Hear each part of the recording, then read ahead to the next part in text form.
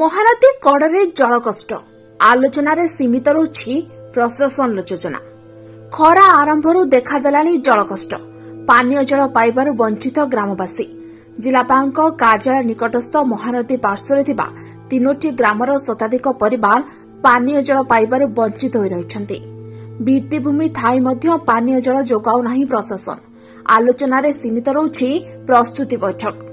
ଦୀର୍ଘ ବର୍ଷ ହେଲା ଜଳକଷ୍ଟ ଭୋଗୁଛନ୍ତି ସରସରା ପଞ୍ଚାୟତର କାଲେଶ୍ୱର, ମାଉଳିସିଙ୍ଗା ଓ ସାନ ବାଗବର ଗ୍ରାମବାସୀମାନେ।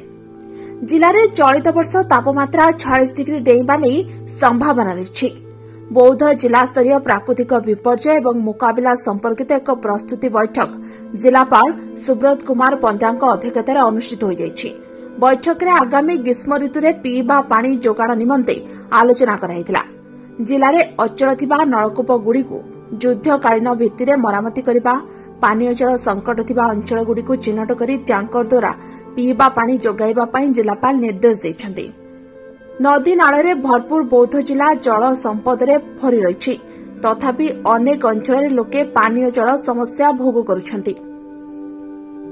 ପାନୀୟ ଜଳ ସଙ୍କଟ ଖରାଦିନେ ଅଧିକ ଅନୁଭବ ହେଉଥିବା ବେଳେ ଜିଲ୍ଲାପାଳଙ୍କ କାର୍ଯ୍ୟାଳୟକୁ ଲାଗି ରହିଥିବା କାଲେଶ୍ୱର, ମାଉଳିସିଙ୍ଗା ଓ ସାନ ବାଗବର ଗାଁରେ ବର୍ଷ ସାରା ପାନୀୟ ଜଳ ସମସ୍ୟା ଦେଖାଦେଇଛି।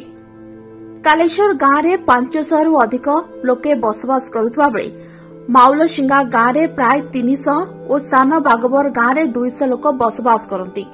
ଏହି 3ଟି ଗ୍ରାମକୁ ପାନୀୟ ଜଳ ଯୋଗାଣ ପାଇଁ ଦୀର୍ଘ ଦିନ ହେବ ପାଇପ୍ ବିଛାଯାଇଥିଲେ ମଧ୍ୟ ଜଳ ଯୋଗାଣ ଏ ପର୍ଯ୍ୟନ୍ତ ହୋଇପାରୁନି। ଏହି 3 ଗାଁକୁ ବୁଟୁବାଲିଠାରେ ଥିବା ଜଳ ଯୋଗାଣ ପ୍ରକଳ୍ପରୁ ପରୀକ୍ଷାମୂଳକ ଭାବେ ଜଳ ଯୋଗାଣ ହୋଇଥିବା ବେଳେ ପ୍ରଶାସନିକ ମଞ୍ଜୁରୀ ମିଳିଲେ ନିୟମିତ ପାନୀୟ ଜଳ ଯୋଗାଣ ହେବ।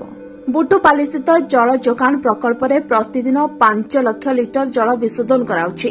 ବୁଟୁପାଲି ଅଞ୍ଚଳକୁ ଜଳ ଯୋଗାଣ କରିବାରେ ମଧ୍ୟ ଅନେକ ଜଳ ବଳକା ରହୁଛି। ଏହି 3ଟି ଗାଁକୁ ପାନୀୟ ଜଳ ଯୋଗାଇବା ପାଇଁ କୌଣସି ଖର୍ଚ୍ଚ କିମ୍ବା ବ୍ୟୟ ଅଟକଲରେ ମଧ୍ୟ ଆବଶ୍ୟକତା ନାହିଁ। ଏନେଇ ସହରାଞ୍ଚଳ ଜଳ ଯୋଗାଣ ବିଭାଗ ପକ୍ଷରୁ ବିଭାଗୀୟ ଅନୁମୋଦନ ପାଇଁ ଇଞ୍ଜିନିୟର ଇନ୍ ଚିଫ୍ଙ୍କ ପାଖକୁ ମଧ୍ୟ ପ୍ରସ୍ତାବ ପଠାଇଛି। ଇଞ୍ଜିନିୟର ଇନ୍ ଚିଫ୍ ଏହାର ଅନୁମତି ଦେଲେ 3ଟି ଗାଁର 500 ପରିବାର ପାନୀୟ ଜଳ ସମସ୍ୟାରୁ ମୁକ୍ତି ପାଇପାରିବେ। ଏବେ କାଲେଶ୍ୱର ଓ ସାନବାଗବର ଗ୍ରାମବାସୀଙ୍କ ଭରସା ପାଲଟିଛି କେନ୍ଦ୍ରୀୟ ବିଶ୍ୱବିଦ୍ୟାଳୟ ନିକଟରେ ଥିବା ପାଇପ୍ ଓ ମହାନଦୀ। ମହାନଦୀରୁ ପାଣି ଆଣିବାକୁ ହେଲେ 1 କିଲୋମିଟର ଦୂରକୁ ଯିବାକୁ ପଡ଼ିଥାଏ।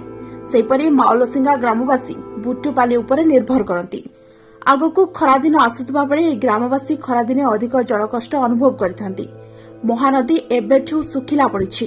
ଗ୍ରୀଷ୍ମ ପ୍ରବାହ ସାଙ୍ଗକୁ ଝାଞ୍ଜି ପବନ ମଧ୍ୟରେ ମହାନଦୀରୁ ପାଣି ଆଣିବା ସେମାନଙ୍କ ପାଇଁ ବଡ଼ ଦୁଃଖଦାୟକ ହୋଇପଡ଼ିଛି। ଏଭଳି ସ୍ଥଳେ ଏହି 3 ଗ୍ରାମବାସୀଙ୍କୁ ତୁରନ୍ତ ଜଳ ଯୋଗାଣ ଦେବାକୁ ଦୃଢ଼ ଦାବି ହୋଇଛି।